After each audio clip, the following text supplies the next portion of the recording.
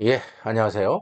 이번 시간에는 이제 아동 탈취에 관한 헤이그 협약, 에, 이런 내용에 대해서 말씀을 드리고자 합니다. 이거 아동 탈취에 관한 헤이그 협약은 국제법이죠.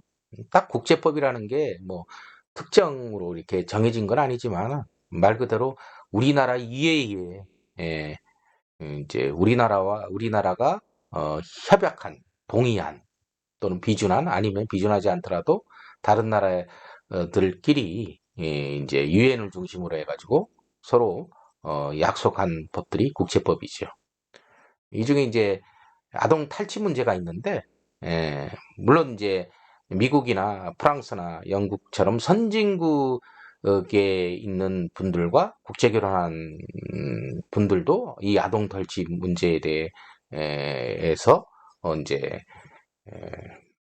이런 어떤 상호 간의 갈등이 있을 것이고, 음, 그렇지만 이제 주로 이제 이런 동남아권 이런 국제 결혼을 많이 하는 그런 나라에서 좀 이 부부끼리의 어떤 갈등 때문에 에, 한 일방이 이 이제 베트남, 필리핀, 태국, 우즈벡에서 이제 아이를 데리고 가버리거나 어, 이제 가버리고 이제 어떤 뭐 합의 없이 그냥 일방적으로 이제 소식을 단절하고 이제 예를 들어서 이제 베트남 같은 경우는 다 그런 건 아니지만 일부는 이제 아이를 베트남으로 한국 국적 아이죠. 왜냐면 한국 남편하고 예를 들어서 어, 이제 출산한 아이니까 어, 아이를 데리고 베트남으로 이제 가서 아이를 놓아두고 외국인 등록증이 기간이 남아 있는 것을 이용해 가지고 한국으로 돌아와서 다시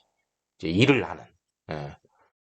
그러버리고 이제 그 아이 양육비라든지 이런 건 이제 나중에 요구하거나 아니면 뭐 아예 대놓고 요구를 하거나 뭐 이런 식으로 하는 그런 어떤 국제결혼 피해 사례도 있습니다. 그래서 다 그런 건 아니지만은 이제 실제 있는 일이기 때문에 이런 아동 탈취 이 문제, 예, 말은 아동 탈취이지만은 법적으로는 친권을 가진 엄마가 예를 들어서 앞서 말씀드린 베트남 엄마가 남편의 동의 없이 한국 남편의 동의 없이 베트남으로 데려가서 이렇게 살게 만들더라도 아이를 법적으로 어떻게 할 수가 없어요. 실제 판례도 나와 있고. 예. 그래서 이런 문제를 어떤 소송이라든지 뭐 이런 것도 물론 이제 변호사를 통해 가지고 뭐 하실 수도 있고 그렇지만은 어, 이걸 좀 다른 측면에서 다른 측면에서 접근하면은 좋지 않느냐. 어, 즉 이제 행정적 외교적 외교도 결국은 행정이지만은 그런 측면에서 좀 접근을 하면은 에, 의외로 어떤 소송이라든지 이런 그런 걸 통하는 것보다 수월하게 또 해결할 수 있는 방법도 있을 수 있어요.